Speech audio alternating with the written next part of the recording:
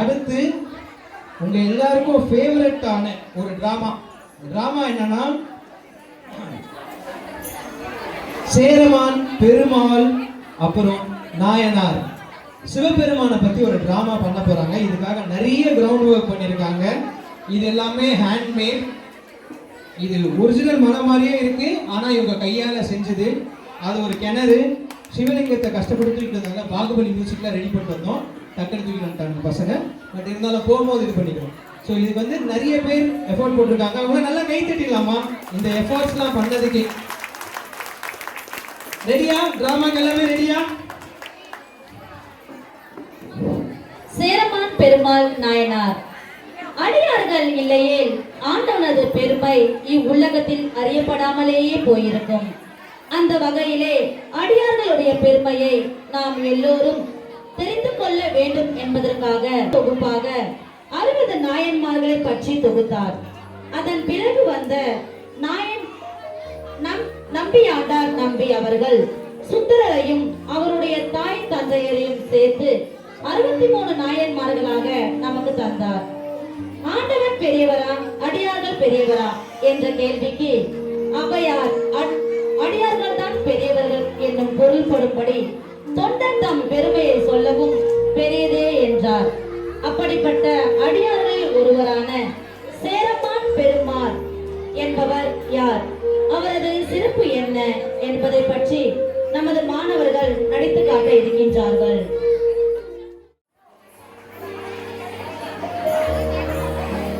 சேரமான் பெருமாள் நாயனார் இவருடைய இயற்பெயர் பெருமாகோதையார் என்பதாகும்.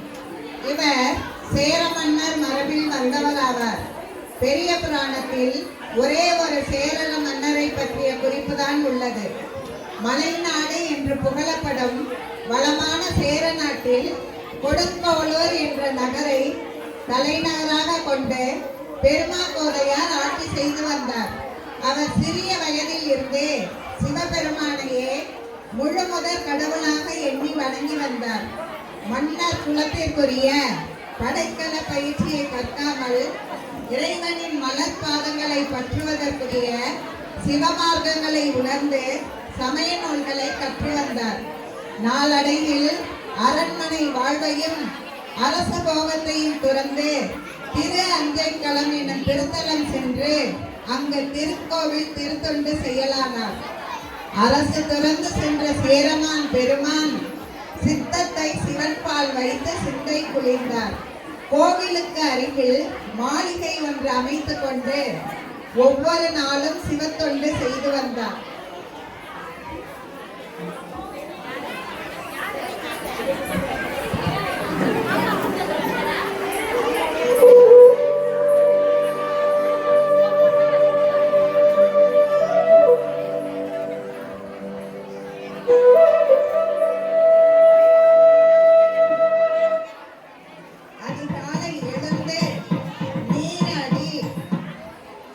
வேத நெறிப்படி திருமேனி முழுவதும் திருவெண்ணீற்றை அணிந்து கொள்வார். நந்தவனம் சென்று செடி கொடிகளுக்கு களை எடுத்து நீர் பாய்ச்சி வழிபாட்டிற்குரிய நறுமணம் மிக்க மலர்களை கொய்து விதம் விதமாக மாலைகள் தொடுத்து கோவிலுக்கு செல்வார்.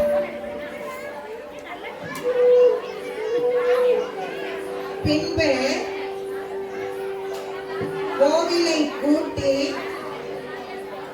மெழுகி சுத்தம் செய்வார். இறைவனின் பாத கமலங்களில் தான் கட்டிய பூமாலைகளை சாற்றி தமிழ்த்தேனால் திருப்பதிக திருப்பாமாலை பாடி பணிவார்.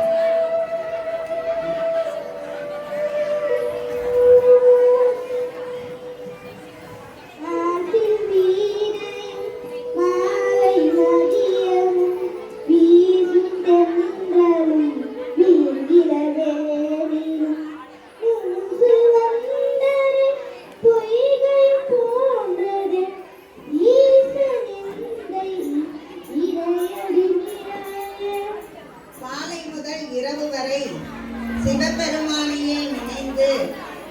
உள்ளம் உருகி பாடுவார்.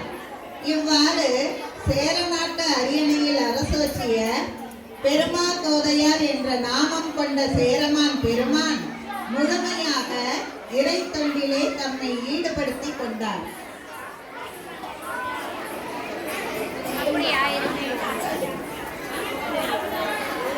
அப்போது சேர நாட்டு தலைநகர் கொடுங்கோளூரில் அரசு புரிந்து வந்தவர் செங்கோல் துறைமகன்.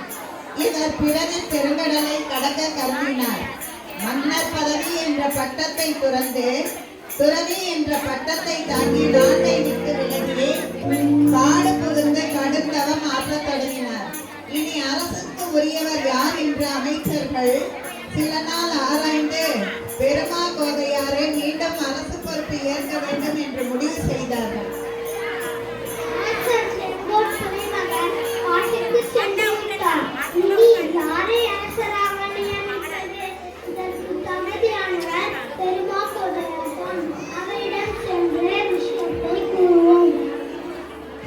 அரச மரியாதையுடன் மங்கள வாத்தியங்கள் முழங்க சேரமான் பெருமானிடம் சென்று மீண்டும் அவரை அரசு பொறுப்பை ஏற்க வேண்டும் என்று பணிவுடன் கூறினார்கள்.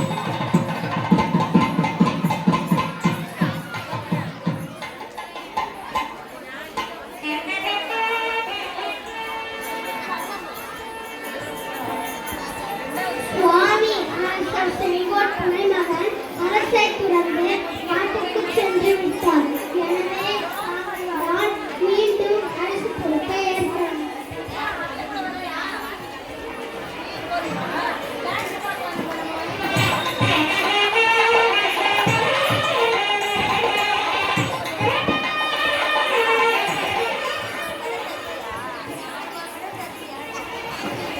அரச கட்டிலில் அமர்வது அரணார் திருவடி துண்டித்து இடையூறு ஏற்படுத்துவதாகும். அரண்மனை வாழ்வு அந்நலை மறந்திருக்க செய்யும். மாய சக்தி படைத்ததாகும் என்று தமக்குள் எண்ணினார். அமைச்சர்களை பார்த்த சேரமான் பெருமான், அமைச்சர் பெருமக்களே, நான் அரசாட்சி கேட்பது என்பது எமது சிவ தொண்டிற்கு பாதகமான செயலாகும். அறிந்தும் தவறு செய்யலாமாம். அறம் கடக்கும் வெங்கோலை நான் தொட வேண்டும் என்றால் தோடுடைய திவ்யனின் திருவருள் எனக்கு கிட்ட வேண்டும். இரண்டு திருவருளினால் மட்டுமே என்னால் மகுடத்தை சுட்டுக் கொள்ள முடியுமே அன்றி வேறு வழியே கிடையாது. சரியானே, அப்படியாகட்டும். பெருமா கோதையார் அமைச்சர்களை அழைத்து கொண்டு கோவிலுக்கு சென்று எம் பெருமானை பணிந்து தமது விண்ணப்பத்தை கோரினார்.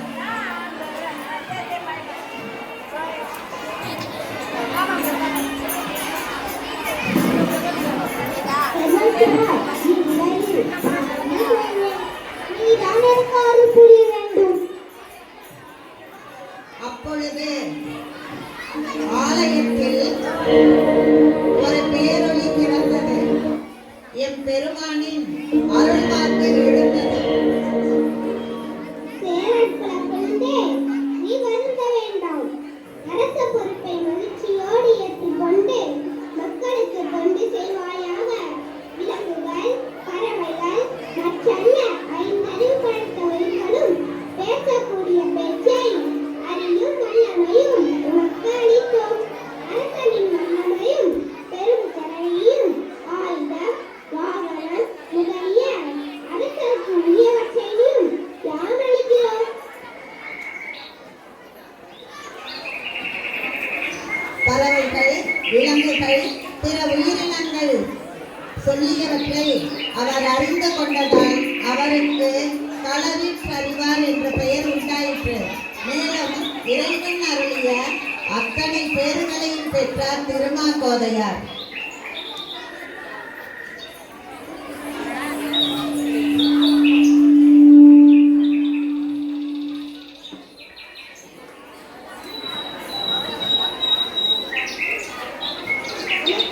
மக்களே, நான் அரசு பொறுப்பை ஏற்றுக்கொள்கிறேன். அதற்குரிய ஏற்பாடுகளை செய்யுங்கள்.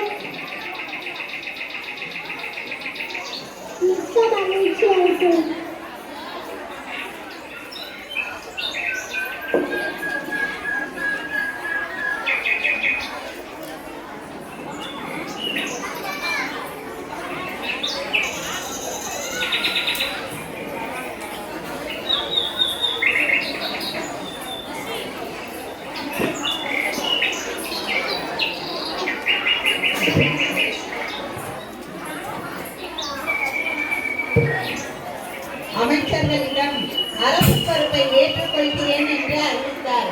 அனைவரும் பெருமகிழ்ச்சி கொண்டனர். பெருமாந்தோலை எம்பெருமான் ஒரு நன்னாளில் கொடுங்கோளூரை அடைந்து மங்கள நிகழ்ச்சிகள் நடைபெற மணிமுடியினை சூட்டிக் கொண்டார்.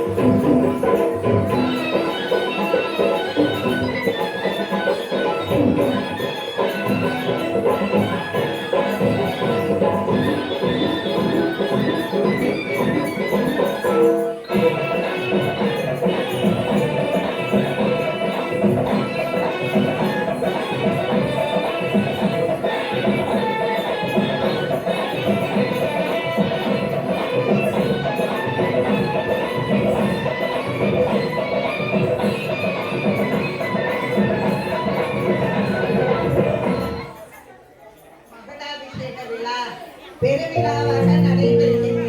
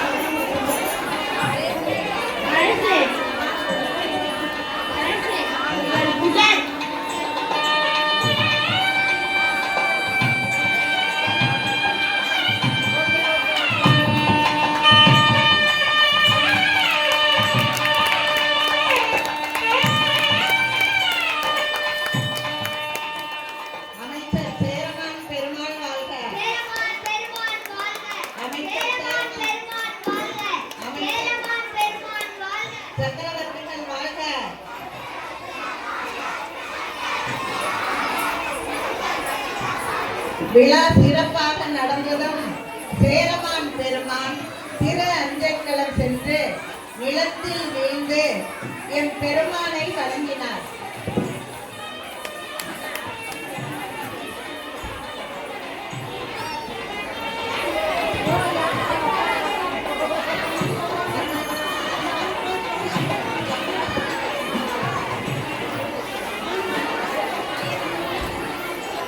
மக்களுக்கு யானை மீது அமர்ந்து நகர்வலம் வந்தார். அப்பொழுது சலவை தொழிலாளி ஒருவர் உவர்மண் மூட்டையை சுமந்து கொண்டு வருகின்றார்.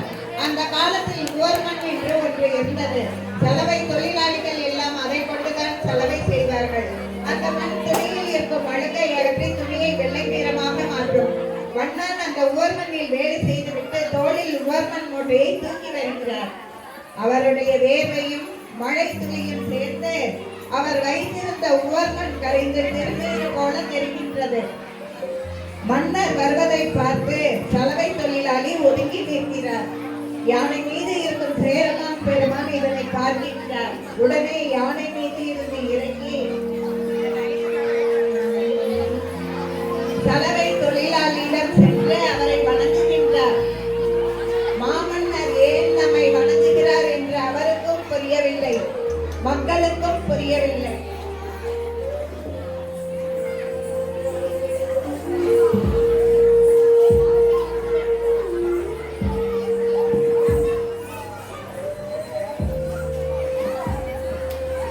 யார் இவர்? அப்படி என்ன செய்தார்? என்று ஆச்சரியமாக பார்த்தார்கள். உள்ளம் கலங்கி சலவை தொழிலாளியும் அவர் முன் சென்று வணங்கினார். சுவாமி, தாங்கள் என்னை யார் என்று எண்ணி இவ்வாறு செய்தீர்கள்? அடியேன் தங்களின் அடிமை கொண்டு செய்யும் கண்ணனான வண்ணானாவே. அடியேன் அடியான் மன்னா. அடியேன் அடிச்சேரன் உடனெங்கும் என் சிவபெருமானின் திருநீரை பூசிக்கொண்டு காட்சி தருகின்றேன். உங்களை வணங்காமல் நான் எப்படி செல்வது? இப்படி ஒரு சிவனடியாராம் உங்கள் உருவத்தில் சிவபெருமான் நெஞ்சத்தில் தோன்றினார். சுவாமி, இது திருநீர் கிடையாது. நான் ஆற்றங்கரைக்கு சென்று துணிகளை துவைத்து விட்டு வருகிறேன். மேலும் நான் வரும்போது மழை பெய்தது. அதனால் உவர்மண் உலகம் முழுக்க பரவியிருக்கிறது. அதுதான் உங்களுக்கு பார்ப்பதற்கு திருநீர் போல தெரிகிறது. திருநீர் ஆனாலும் திருநீர் போல இருந்தாலும் தரித்த அனைவரும் கூறுகிறார். அடியேன் வணக்கத்தை ஏற்றுக்கொள்ளுங்கள் என்று மீண்டும் சலவை தொழிலாளியை வணங்கிவிட்டு தன் மாளிகை சென்றார். சிவனடியார்கள் வந்து எந்த குலத்தில் பிறந்தாலோ திருநீர் பூசிட்டா எல்லாரும் சமாங்கிறத வந்து மக்கள்ல உயர்ந்தவர் தாழ்ந்தவர் கிடையாது, அனைவரும் சமம் அப்படிங்கறத தான் சேரமான் பெருமான் வந்து நமக்கு சொல்லியிருக்காரு. அவருடைய பெருமையை நான் எப்பயும் நினைக்கிறேன். சுந்தரமூர்த்த நாயனார் கைலாயத்தில் சிவபெருமானுக்கு அணுக்க தொண்டு செய்து வந்தார். அதாவது பூஜை வேலையின் போது பூ எடுத்து கொடுத்தல், திருநீர் கொண்டு வருதல் போன்ற வேலைகளை செய்தல். இப்பூமியில் சிவபெருமானின் சுயரூபமாக தோன்றி தில்லைவாய் அந்தனர் தம் அடியாருக்கும் அடியேன் என்று இறைவனடி எடுத்துக் கொடுக்க திருத்தொண்டு தொகைப்பாடி பெரிய புராணம் தோன்ற காரணமாக இருந்தவர்.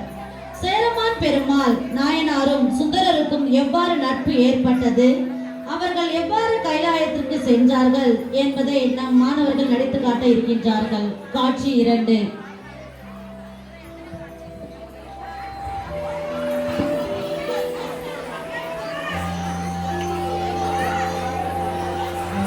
காட்சி 2. சேரமான் பெருமானுக்கும் சுந்தரருக்கும் நட்பை உருவாக்க சிவபெருமான் திருவுளம் கொண்டார். அரண்மனையில் சேரமான் பெருமான் ஒவ்வொரு நாளும் சிவபூஜை செய்து நிறைவு பெறும் நிலையில் சிதம்பர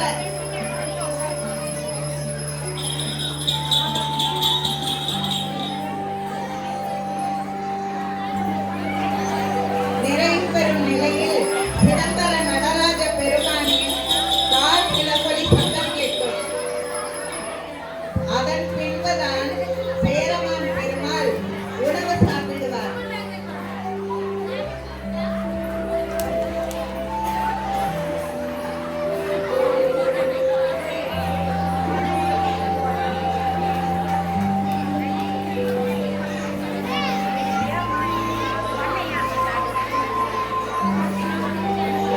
அப்படி ஒரு நாள் பூஜை முடித்த போது சிவபெருமானின் சிலம்பொலி சத்தம் கேட்கவில்லை.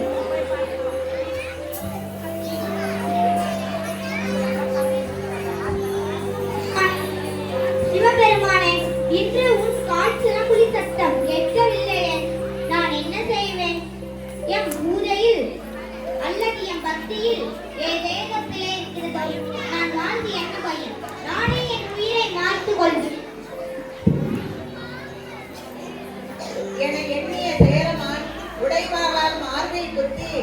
தன் உயிரை மாய்த்து கொள்ள துணிந்தார். அப்போது சிவபெருமானின் கால் சிலம்பொலி சத்தம் முன்பை விட அதிகமாக கேட்டது. மேலும் இறைவன் அசரீரியாக, சேரனே, இந்த சிற்றம்பலத்திலே சுந்தரன் வந்து என்னை வணங்கி வழிபட்டான். அப்போது தமிழில் திருப்பதிகம் பாடினான். அந்த தமிழ் பாடல் என்னை ஈர்த்ததால் பாடலை கேட்டுக்கொண்டு அங்கு நின்றோம். எனவே இங்கு வர காலதாமதமாயிற்று. சிதம்பரம் தேசரை பெருமானின் திருநடனம் காணவும் சுந்தர பெருமானை தரிசிக்கவும் நாட்டை அமைச்சர்களிடம் ஒப்படைத்துவிட்டு சிதம்பரம் சென்றார் சேரமான் பெருமான். அமைச்சர் பெருமக்களே, நான் சிதம்பரம் சென்று நடனாளர் தரிசனம் செய்துவிட்டு திருவாரூர் சென்று சுந்தரரை தரிசித்து வருகிறேன். அதுவரை நாட்டு மக்களுக்கு எந்த குறையின்றி பார்த்துக் கொள்ளுங்கள்.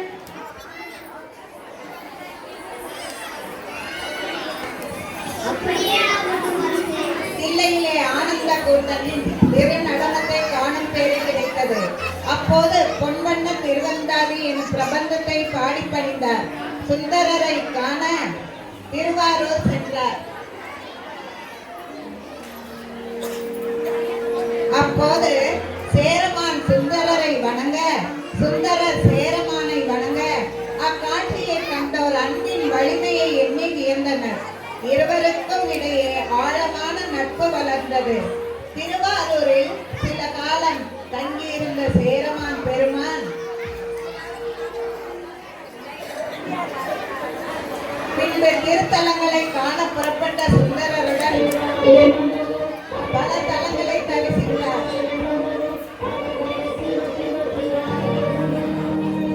பின்னர் இருவரும் சேரமான் அரண்மனைக்கு திரும்பினர். சுந்தரமூர்த்தி நாயனார் தன்னுடைய வாழ்நாள் போதும் இனி வாழ வேண்டாம் என்று எண்ணிய போது அந்த நண்பரின் துணை பற்றி திரு அஞ்சைக்களம் என்ற இடத்திற்கு வருகிறார். அது சேர நாட்டில் இருக்கக்கூடிய ஒரு அற்புதமான தலம்.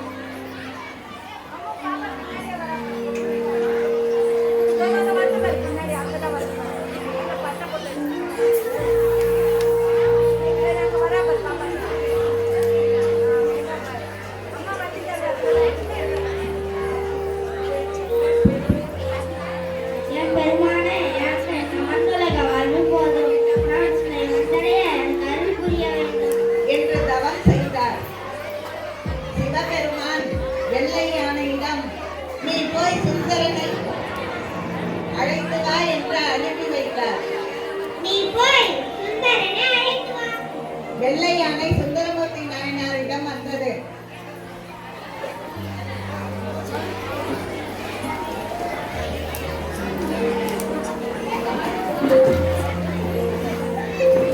சுந்தரமூர்த்தி நாயனார் வெள்ளை யானையை வலம் வந்து வணங்கினார்.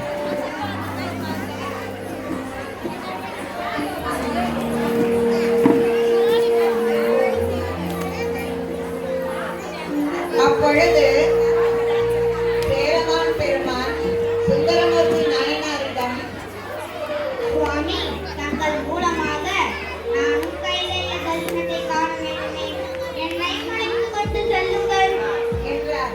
சுந்தரமூர்த்தி நாயனார் குதிரையின் காலில் நமசிவாய என்ற பஞ்சாட்சர சிவமந்திரத்தை ஓதினார். என் பெண்ணை பயணிக்க.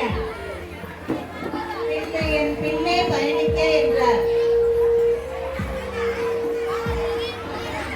யானையை வலம் வந்த குதிரை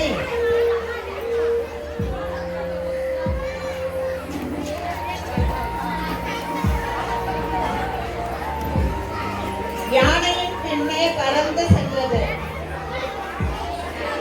போதும்.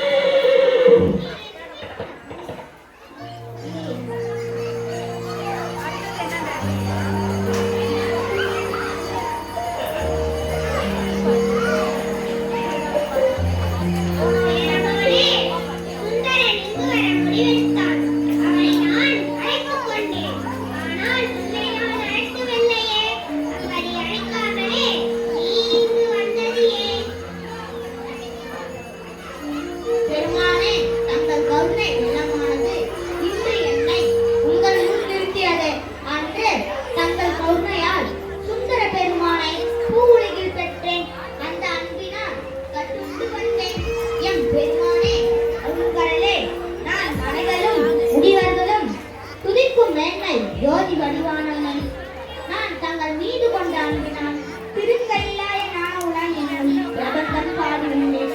அதற்கேற்று அருள வேண்டும். சொல்லுங்க. திருக்கையிலாய ஞான உலா என்பது சிவபெருமான் திருக்கையிலாயத்திலே உலா வரும்போது பாடும் பாடல். பாடி பரவினான் சேரமான். மிக்க மகிழ்ச்சி. நீயும் ஆளான சுந்தரனும் வடநாட்டர்களுக்கே தலைவராய் இருந்தீர்களாக. சேரமான் பெருமான் நாயனார் சிவகணங்களுக்கு தலைவராகி தாம் ஏற்ற சிவத்தொண்டை தொடர்ந்தார். திருச்சிற்றம்பலம்.